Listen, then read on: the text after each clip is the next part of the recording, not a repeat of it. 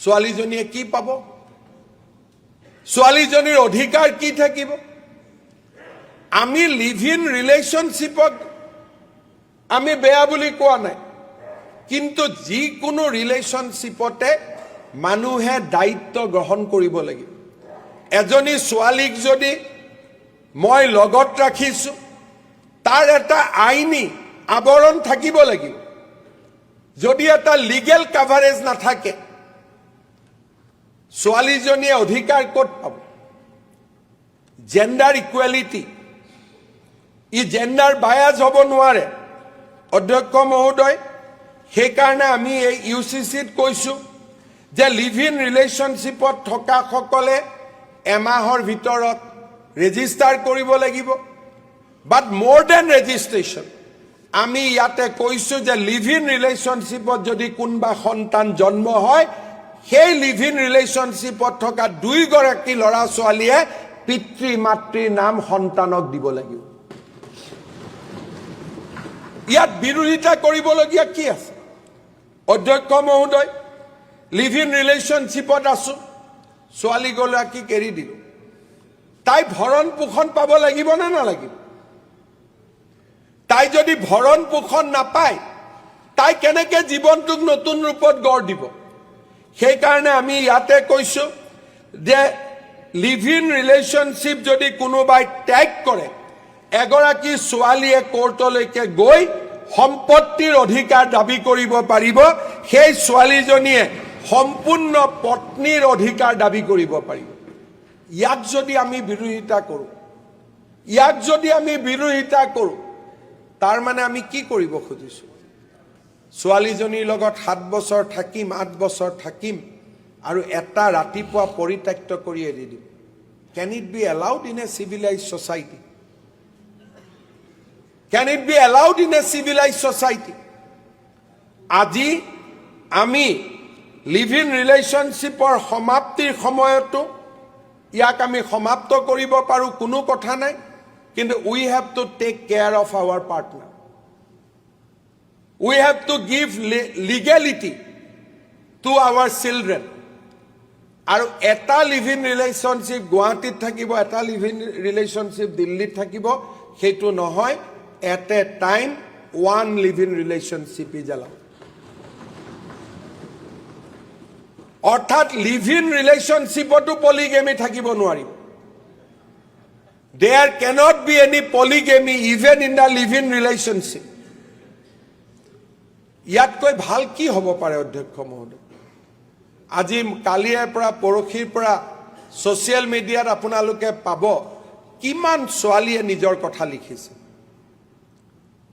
যে মই দিল্লী ইউনিভাৰ্চিটিত পঢ়ি আছিলোঁ, লিভ ইন ৰিলেশ্যনশ্বিপত আছিলোঁ, ল'ৰাজনে ভাল চাকৰি পালে, কোম্পানীত জইন কৰিলে, ৰাতিপুৱাই মোক এৰি দিলে। ছোৱালীজনী ক'ত যাব? So' every relationship is a responsibility.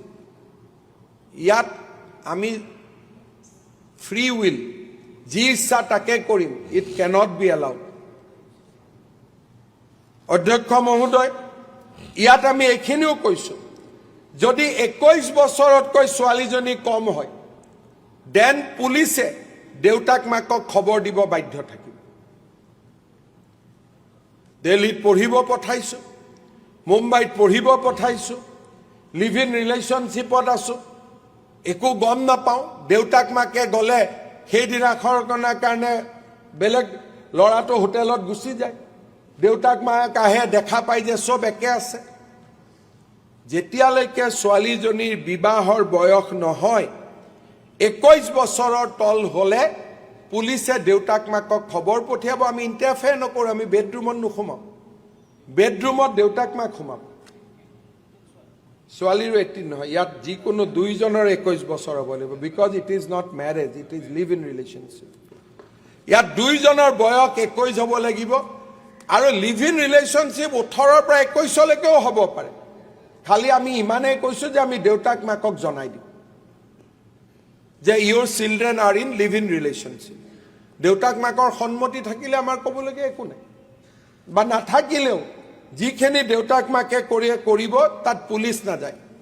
আমাৰ এগৰাকী নতুন বিধায়কে কৈ দিলে পুলিচ যাব টকা খাব ইমান কেনেকৈ পুলিচক চিনি পাই নতুন নতুন MLA মই গমেই নাপাওঁ পুলিচৰ বিষয়ে ইমান আইডিয়া কেনেকৈ হ'ল পুলিচৰ বিষয়ে ইমান আইডিয়া পুলিচৰ লগত বহুত জড়িত নহ'লেতো নহয় আমাৰ আগতে পুলিচৰ বিষয়ে ইমান আইডিয়া আছিল কাৰণ আমি আন্দোলন কৰি আছিলোঁ অখিল গগৈৰো থাকিব পাৰে পুলিচৰ লগত ৰিলেশ্যনশ্বিপ পাই থাকে কিন্তু নতুন বিধায়কজনৰ পুলিচৰ লগত ইমান কিয় সম্পৰ্ক এটা জানিব লাগিব পিছত এটা অলপ বুজি পাব লাগিব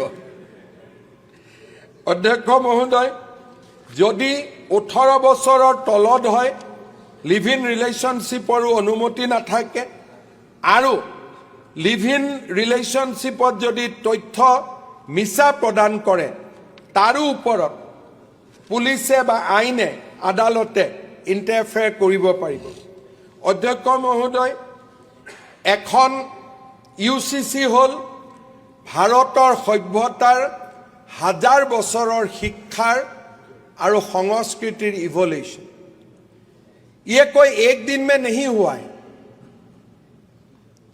UCC हमारे हजारों सालों का संस्कृति का एक मूलभूत शिक्षा है ইয়াক আমি কোনেও